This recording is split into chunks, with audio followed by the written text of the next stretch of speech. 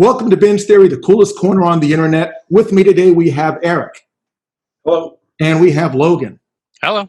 And today we are going to be discussing one of the three Coronado trilogies, Hot Fuzz. And this is starring Simon Pegg, along with his robust friend, what's his name? Darn it. Nick Frost. Thank you. I just rewatched this a little while ago. If I can just give the gist of it. Simon Pegg is I'd say, uptight police officer from London who is sent to a small town, and he meets his new partner, Nick Frost. And there are some strange happenings that go on in the town that looks like it could be some sort of a conspiracy, and it's about them becoming friends and partners and investigating these crimes that look like accidents but are more likely homicides, but we can go into all details. Anyway, gentlemen, whose choice was this? This was mine. Excellent. And this was a good change-up because we've been doing some, epic films and dramatic films, and this is a much lighter fare. And like I said, I saw it a long time ago, but it was good to rewatch. And Logan, since it was your pick, good sir, I will kick it off to you. What were your initial thoughts? And did you see it recently, or are you just going off of? No, I did just see it recently again. I managed to pull this out of the vault. It was interesting. It's one of those things where I'm going to enjoy, I think, watching some of these movies that I've seen before and liked before, and this one that I've seen easily 30, 40 times already. But watching with more of a critic's eye, I guess, if you will. You kind of pick up different stuff and see what they do and the way they kind of draw you in and make you comfortable and then take you in a different direction. When it came out, I think this was probably the first time I had seen anything that either Simon Pegg or Nick Frost had done and anything from Edgar Wright. So this was kind of my introduction to their whole corner of the comedy verse, if you will. Yeah, I loved it, and I was taken with it, and it's still one of those movies where you can go back and there's always something else to see. There's always something else you can pick up on, and so many of the things where it's like, oh, they alluded to that like way back there in the beginning, and I love those kinds of films where you can just continually make those connections, and where you can almost watch it to watch a background character each time and see what they do, and that's just as interesting as watching the main movie. Excellent point. Now, and I want to kick it, Derek, but let me ask you this, Logan. Have you seen the other three in the Coronado trilogy? I have never seen Shaun of the Dead, all of it. I've seen parts, but I've never been able to, I think, sit down and really watch the whole thing. I did see World's End, but I think only like once or twice. And this was like back when, just probably 10 years ago, easy, well before kids. So that would be one I could probably watch again, for however much they tie together, of course. Absolutely. Yeah, I definitely want to talk about how they all are related. And but Eric, tell us about, if this is your first viewing or, if this is a repeat view and your thoughts. I think this is actually the first time I've seen it, because I think my memory was actually of Shaun of the Dead. And so I was kind of going into this, kind of blind. It was like, I know these characters, but I just don't know what they're about to do or whatever. I found it very enjoyable. Simon Pegg as the, very by the book kind of detective. It being, kicked out into the middle of nowhere. And, immediately racking up citations for underage drinking and, jaywalking or whatever. It was just, it was just a very enjoyable movie, very fun. And then you have like the kind of mystery aspect to the movie, so that was good too. Um, yeah, I don't know. It was enjoyable, but I think this was the first time I saw it, which was just about a week ago. So Interesting. You know what? And I think I'm probably more got more out of this than both of you. Only because, I mean, Logan, you have a great eye, and you've probably you've seen this specific movie several times. But my first encounter with Simon Pegg was Shaun of the Dead, and that I've easily seen a dozen times. And the string of jokes that go through all three of these, and the characters and the callbacks, it's like nerd soup. They make the same jokes in all three of the trilogies, but you'd have to obsessively watch them to catch them. Right. I will say that one thing that I noticed watching this one that I didn't catch the first time through was what really makes this work is the editing, in my mind. The editing is so frenetic and crisp and sharp. Edgar Wright has this knack of taking a simple action. And I know this specific movie was dripping in cliche. It was obviously the 90s movie, buddy cop nostalgia overload. And everything was shot like a montage, like the intro of Seven. Just a lot of, details and superimposed images and cool soundtracks and colors, and it's all eye candy. But what's so hilarious is, Eric, you hit the nail on the head, when he's doing paperwork and they find a way to make paperwork look like an action sequence. Yeah. That exactly. They had him filling out forms and checking boxes and names as an action montage, and you're like, okay, so we're going there. This is just ridiculous, because on its face the story is not that deep and not that clever, but it's edited. The car chase scenes, and it has the dry, rapier British wit that Simon Pegg and Nick Frost and Edgar Wright, that whole team is famous for. But I definitely would recommend you see all three of these, if possible, in sequence and all on the same day.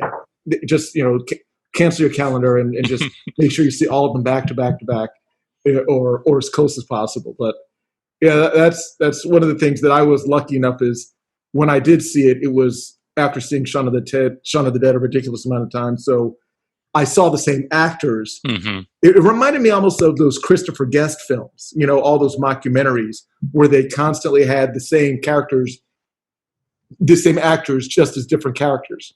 And, yeah. So now, Eric, they did have. Now, whose favorite Bond was Timothy Dalton? Somebody liked Timothy Dalton. I know it wasn't me. No, nobody liked him. I didn't not like Timothy Dalton. That's not a endorsement. He was not. I know. I mean, I think I mentioned Pierce Brosnan was my Bond. The hashtag not my Bond. Yeah. That's Timothy Dalton was good. Yeah. What did you think? I liked him in this role. Yeah. No, I definitely think he.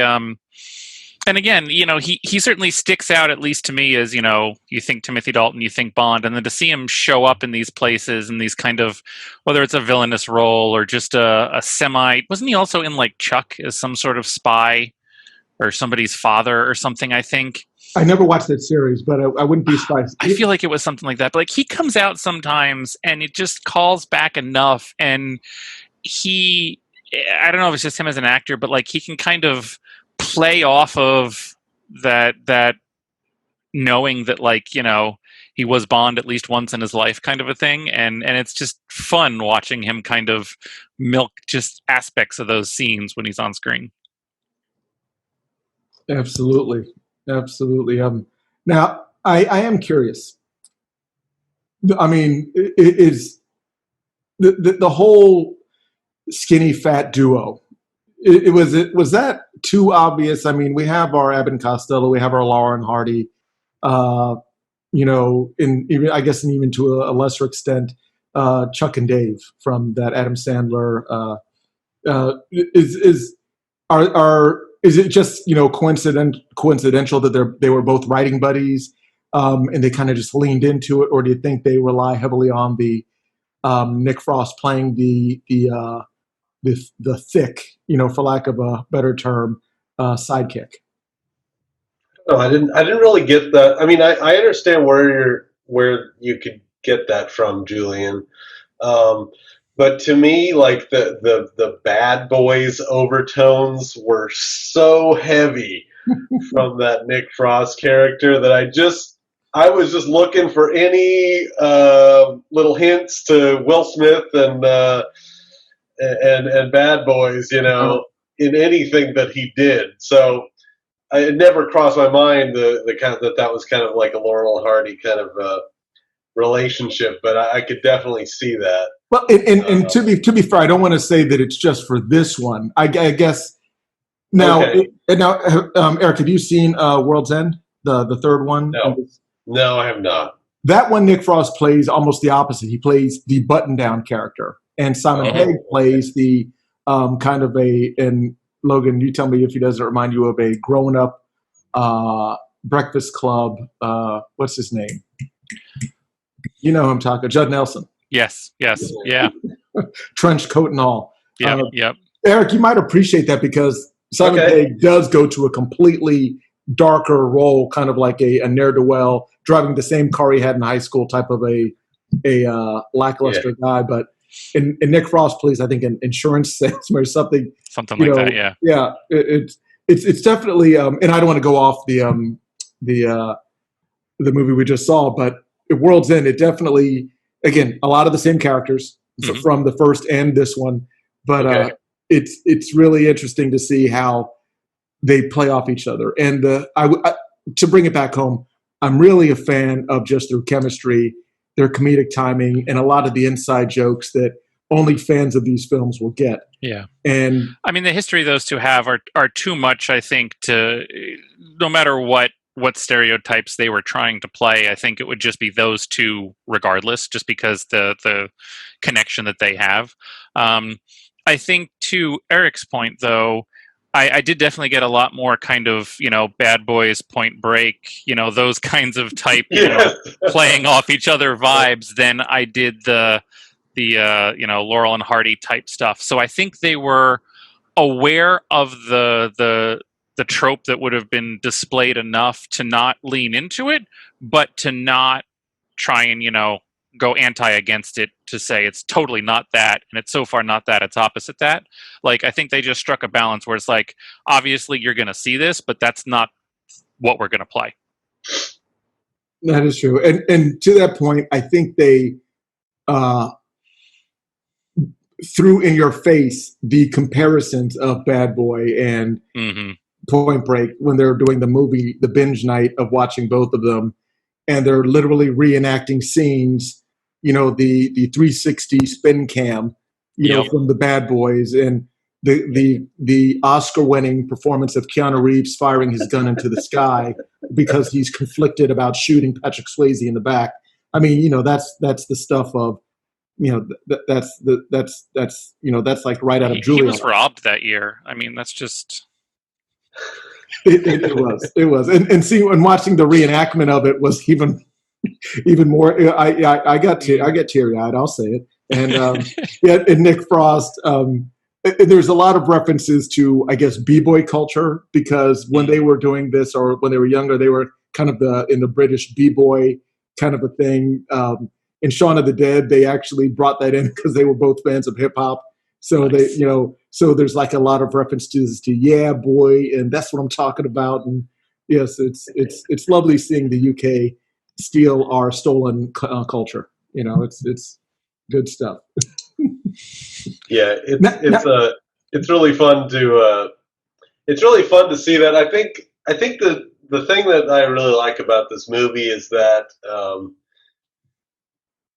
that it's not just a comedy for people in England. It reach, it's a wide range of people who can enjoy this movie, because oftentimes, when I put on a British comedy, they have a different kind of sense of humor than a lot of Americans do, And so I guess I really connected with this movie because on those two fronts. One, that they were referencing all these great, maybe not great, but 90s action flicks, that we all grew up with, and we could just smell that nasty popcorn that you can remember in the theater when you watched that movie, and then you walked out of the movie and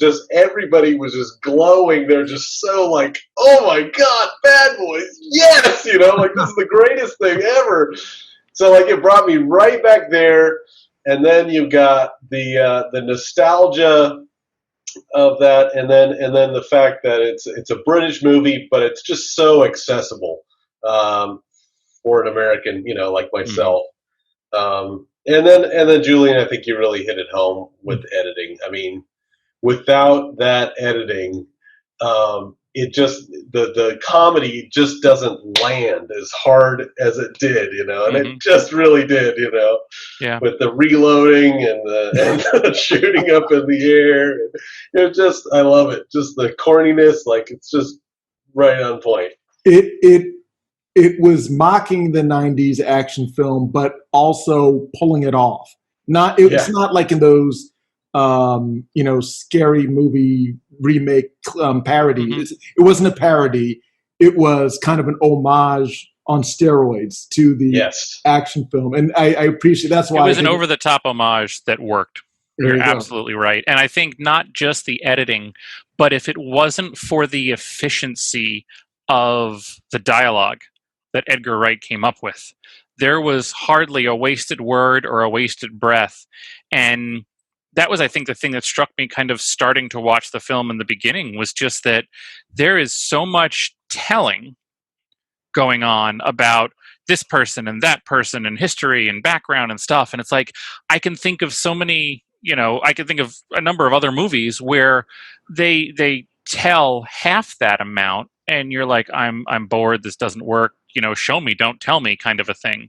But the editing combined with some of that dialogue and that backstory, it really impressed me how much was told, but how that still worked. And I didn't feel overwhelmed getting everything about every townsperson in the first 20 minutes.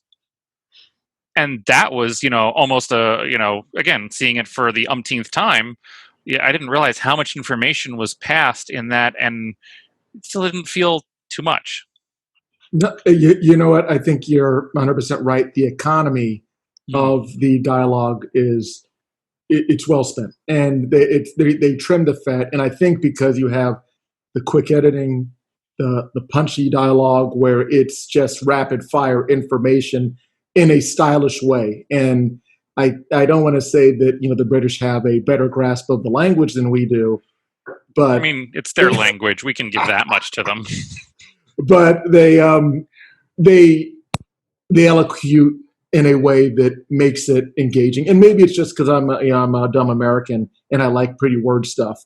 But when I'm listening to them talk, I'm engaged more. And it could be it's definitely because of the writing, and because I've watched period pieces where they're doing old English and it's very flowery and you're just glossing over after the first half hour. It's beautiful to look at, but this, like I was saying, the economy of the dialogue is well spent. I want to throw out some of the I don't want to call them cameos, but we'll just say ancillary characters and again, these are actors that have been in all three. And again, just for those that aren't familiar, the Coronado trilogy, it's called that because the Coronado ice cream that they were eating is shown in all three of them. In Shaun of the Dead, that's where Simon Pegg was going to the store to get a Coronado bar in the beginning of Shaun of the Dead, when he's doing the long single take walk. That's and then also in World's End they have a Coronado reference in there too. So That's why they call it the Coronado trilogy, because that's the one consistent thing through all of them.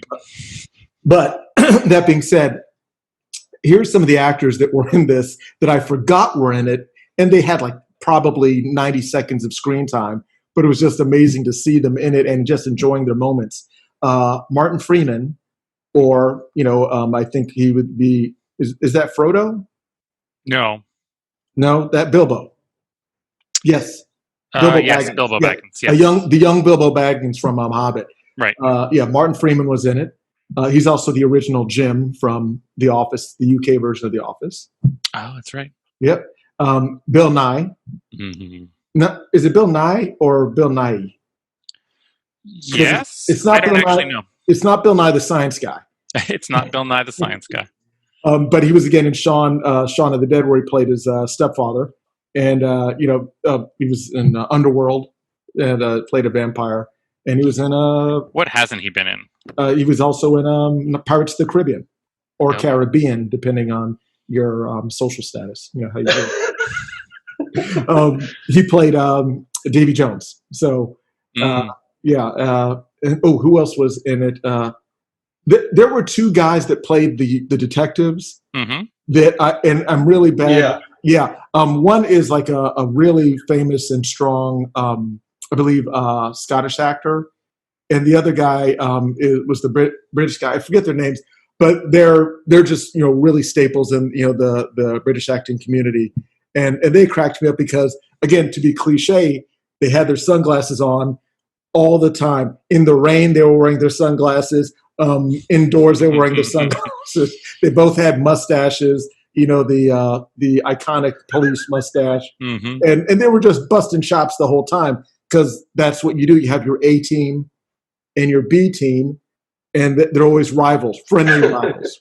But I think that was also a ripoff from Bad Boys, if I'm not mistaken.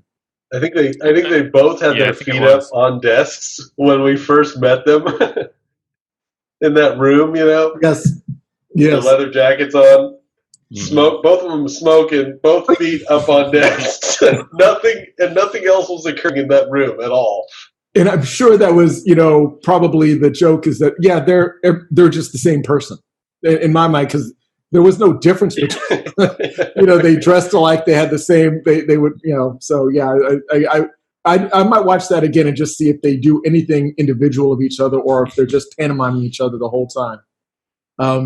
They had an actress that her whole thing was she would say, sexist comments through the entire thing. A double entendre with a sexual slant that would be land you in HR in any normal police department, but that was her thing. And I love that about the characters, that each one had their idiosyncrasy that was just so on the forefront. That was them. That was, that's Peg, and she says foul mouth things all the time, and that's literally it. That's the only thing you'll get from her from the entire movie. But it's entertaining. And what else? There was one character that I really found entertaining. That what was his name? Darn it! See, all these characters are. Which one? Are blurring together. It was. Oh, he was the chief. The chief. The Nick Frost's father, and I forget his name. Famous British, he's definitely a very well versed British actor. There were a lot of cameos. There was also one of the guys from Lock, Stock, and Two Smoking Barrels that was in it, or maybe it wasn't Lock, Stock. Maybe it was the Layer Cake. It was the Layer Cake. It was one of the mobsters in the Layer Cake, but he just played a bit part. And I think what really made this work for me is a lot of the characters were these well-established British actors, and it was just for fun. Everything was just like a wink and a nod. Like, look who we have here, this BAFTA award-winning actor, and he's selling flowers, getting punched in the face. I thought it was interesting. It was definitely playtime for a lot of them. Exactly, and this was the second one, so I think they definitely had that feel where, okay, we know what this is. Now, I'm also going to ask, what do you think the the partnership between them? Do you think it was something that was? And again, I'm trying to parse this because all of you haven't seen all of them. I mean, Logan, you've seen them all, but the partnership that Simon and Nick Frost have, because they've done these three films, but I'm trying to think if they've done anything else. Because they've done at least a couple more. They did the Alien one. Oh, is that Paul? Yeah, they did Paul. I can't remember. I can't believe I remember that name. Yes, Paul.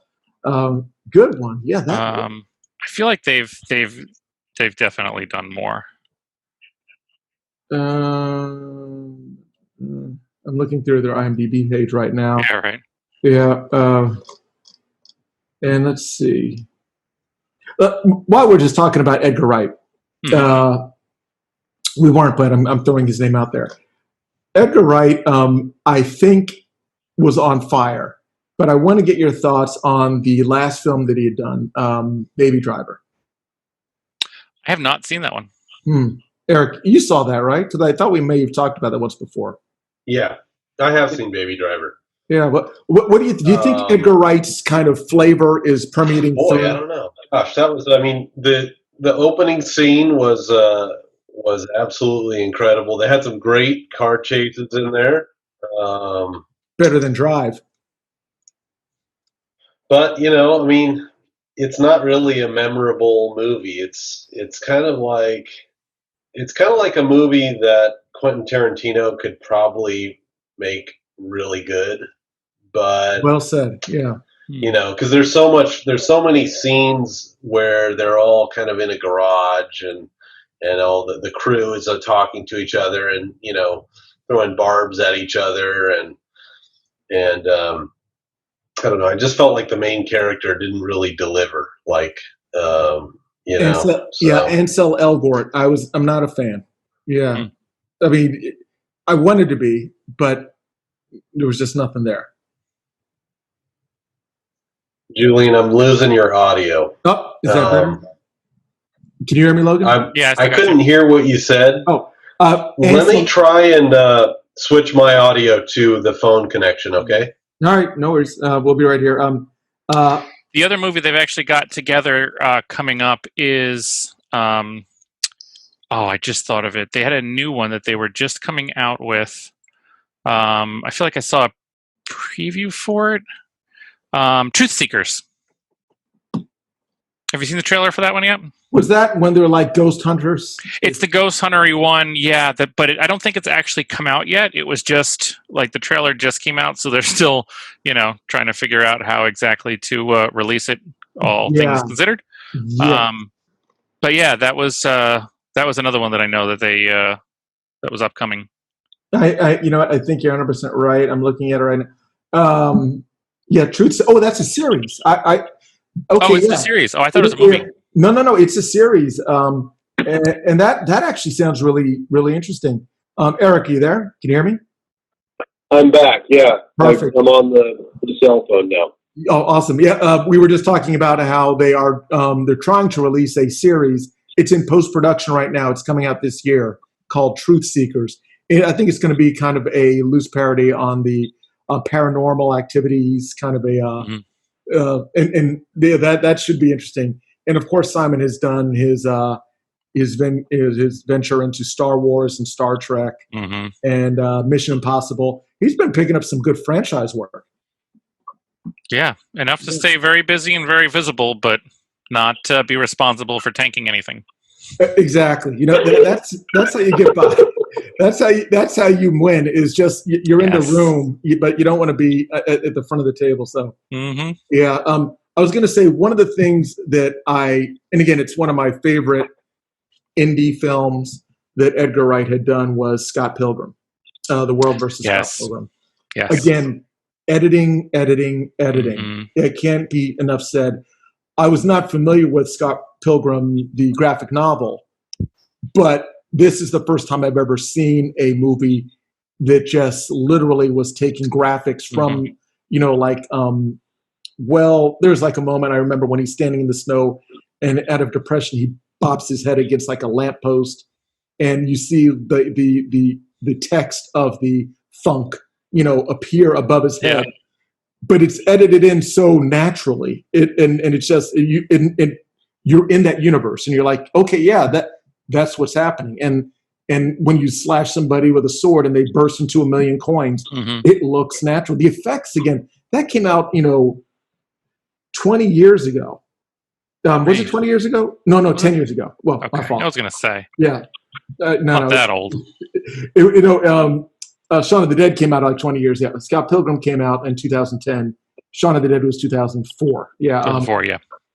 But yeah, Scott Pilgrim, so slick. And again, just Edgar Wright. I think one of the reasons probably why, and tell me your thoughts on this, Eric, that the reason why Baby Driver was not as good. Well, and Logan, if I can just give you the gist of Baby Driver. Sure. This young getaway driver played by Ansel Elgort has a hearing, like an inner ear disorder, where he hears that he has tinnitus, really bad tinnitus from a childhood injury. So to drown it out, he plays music constantly. Okay. And the music is the tempo in which the movie takes place. Brilliant premise, but I think it kind of fell apart on the execution because it literally he just had an iPad and an iPod, and he would just cycle through this ridiculously fantastic library of classic rock and these 70s, and it was like a Quentin Tarantino soundtrack. Sure. Really deep dive, vinyl stuff. And here's where I think technical prowess was a step ahead of the actual execution. And Eric, tell me if this makes sense. What he did that was very brilliant is that, like I said, he synced everything to the soundtrack.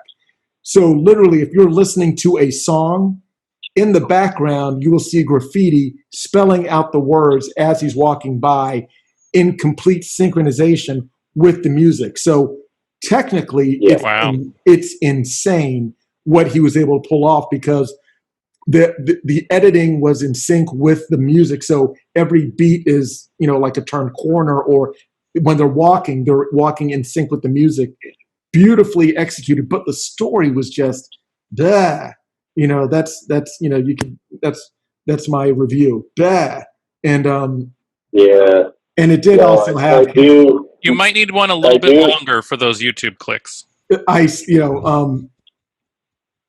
star. Bah. but I'm sorry, Eric. What were your thoughts on it? No, that's you brought me back there, Julian. I do remember that movie for those reasons. I'm always looking for innovative movie making, that makes my day. And that was definitely some innovative movie making. You can't deny that. And I guess I'd be curious if it was the same editor, Baby Driver and Hot Fuzz, excuse me.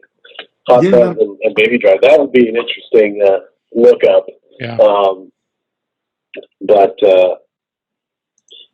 It's just one of those things where if the story isn't well executed, it just kind of lands on its face, and it's not something you want to revisit. Yeah, exactly. It's not something you would die to see again. And it's a shame, too, because, again, technically it was a feat. The cast, and again, I'll go with this, Eric. There was not 1 star in that whole cast. A lot of A-list actors, but not 1 star. The supporting characters were now he doesn't age that well, but Kevin Spacey was in it. Jamie Foxx. Yeah. And what's his name? The Punisher. Come on, help me out here. Punisher. Thomas Jane. I was going to go Thomas Jane too, but no, you're thinking the new one. Gee. Bernthal. John Bernthal. Bernthal. Thank you. I'm glad. Okay.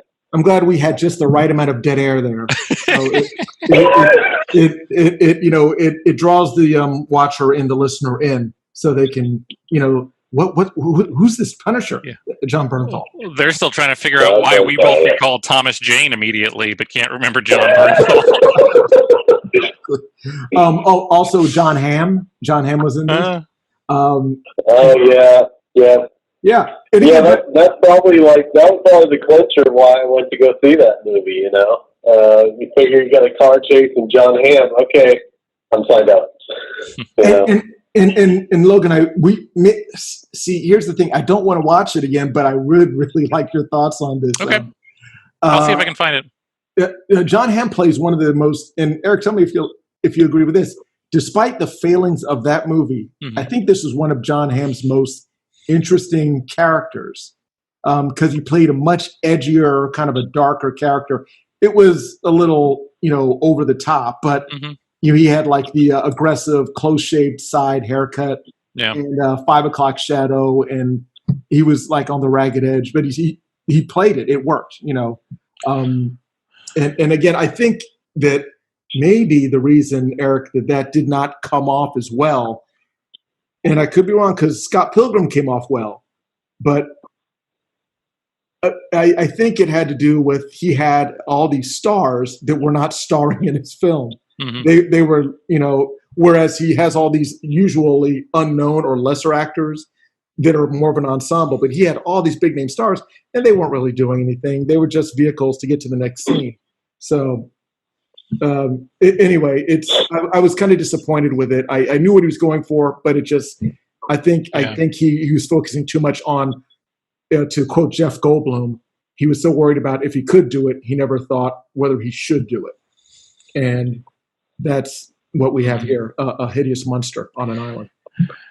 Yeah, that's interesting. And I feel like, the way that kind of had the high concept but missed, and I've met just as many people, I feel like maybe even been my wife, who just Scott Pilgrim just didn't do it for. Like, she just couldn't. Really? Somebody just couldn't. Well, if you're not quite into that video game or understand kind of that, can make that jump in, even Scott Pilgrim can just be a step too far. Like, it's too absurd and it's just too out there. But I would say if I've met people just going through life or whatever since that movie came out who said, "Oh, I don't like British comedy," my next question would be, "But have you seen Hot Fuzz?" Because like you said earlier, it's accessible to an American audience. It doesn't it's not over Britishing it, if that's even a term. No, that's in the dictionary. And he hits everything so well. The dialogue, the editing, the story, the humor, everything is tight enough and is connective enough that, I feel like it's a great inroad to British comedy in a way. If you're like, I don't know if I like it or I don't really like it, it's like, all right, check this out, and then you can tell me I'm wrong. I think one of the things you just mentioned that's brilliant, Logan, is Hot Fuzz, as Shaun of the Dead does, references American culture. So that's your bridge. If they're making references to Bad Boys and Point Break, of course you're going to understand it. And they're kind of their homage. It's not to British films. It's an homage to American action films. So it's very accessible, and I'm trying to go through my Rolodex. I don't think there are a lot of other British films that embrace American pop culture to that extent. It's always like the British version of it, but this was interesting. Well, I don't even know if it's embrace as much as it's use the American pop culture to, familiarize and make your audience feel part in. Feel like they're involved in the humor, they're involved in the jokes, they're involved in the story. Like, they use it to kind of, bring that oh, it's a British movie, I'm not going to get it. Bring that outsider in and really, draw them into everything that he's trying to do in the film. I think you're right, and I'll also give credit to the choice, because I don't know if a British person perception of American cinema would work, but they picked two of the most testosterone-driven bromance cop films ever. I mean, Yeah. That was a perfect pick, and for them to love those films and emulate them in their writing and the scenes specifically when they're making direct references to it, Yep. I thought was classic. And to do it in a way that isn't offensive or talking down to those colonists or just a different kind of just ways of looking at it from an outside perspective. They just strike the right balance of emulation and adoration, but not going so far over the top that they're making fun of it. You never feel like you're the butt of a joke. You feel like, oh, they actually get it. Like we all love this movie. I think you hit the nail on the head to use one of my lovely colloquialisms. They get it, and that's what makes it work. Because if they were just throwing out references that they were like, well, yeah, this is what Americans like. No, you could tell there was a genuine adoration for that film, and Edgar Wright, I'm sure, since he wrote and directed it, has that thesaurus or that encyclopedic knowledge of American films, that he's inspired by, and he's used them. But this one, it was just I thought it was a great combination of the British people. The village was definitely a character in it. It reminded me a little bit of In Bruges, just a nice, storied, quaint village. And again, let me get back just real quick. I want to throw this out there: how ludicrous the story was, and how simple the storyline was. But it played just to the editing, the soundtrack, and the acting and the pithy dialogue. The story, for those that aren't familiar or just got lost in all the fireworks that were going on. The townspeople were committing murders because people were breaking the homeowners association codes, and they wanted to win Village of the Year. So they were just killing people that had like gaudy houses, and they sung badly and did bad plays. So that was the premise of it. They were just killing people that they thought were making their town look bad. So again, I had to watch it a second time because I completely forgot what the point of this film was, other than the witty dialogue. But when I started saying, "Oh, so that's what it is," they're just when you hear the exposition at the end, where the reveal, yes, and they're like, "Oh, you got us, our scheme," yes, and they start literally just monologuing the entire thing, which again was cliche. It was the like whole death list, going through it all. It was a Scooby-Doo moment because they were like, "Oh, we would have got away for it," because totally a Scooby-Doo moment. But no, I appreciated that, and again, because there was so much happening, I literally forgot the point of it, and then when they did the like saying the kill list, I was like, oh, that's it. It's a homeowners association beef, but no, it was good. I'll tell you what. We can just do a quick round robin on the last thoughts, and because we're going to make these a little shorter because we tend to go on, and it's already been an hour. So I'll just say that I definitely think that this was an enjoyable second watch. I highly recommend that you watch the entire Coronado trilogy. Simon Pegg and Nick Frost are an amazing couple. Partnership, I guess you could say.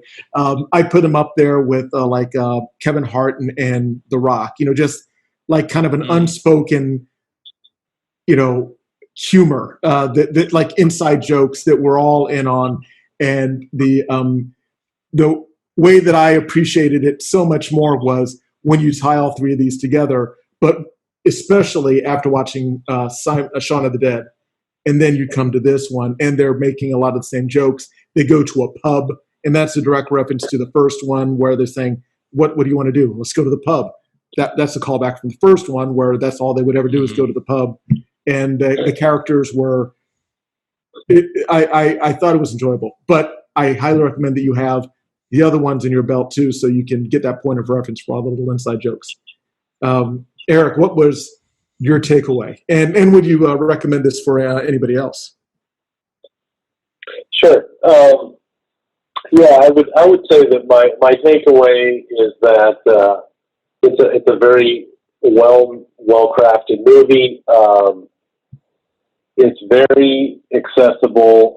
Oftentimes, British movies cannot be too accessible to the American audience. This one's not that. It's been they're constantly paying homage, if you will, to 90s action movies, which a lot of us grew up on.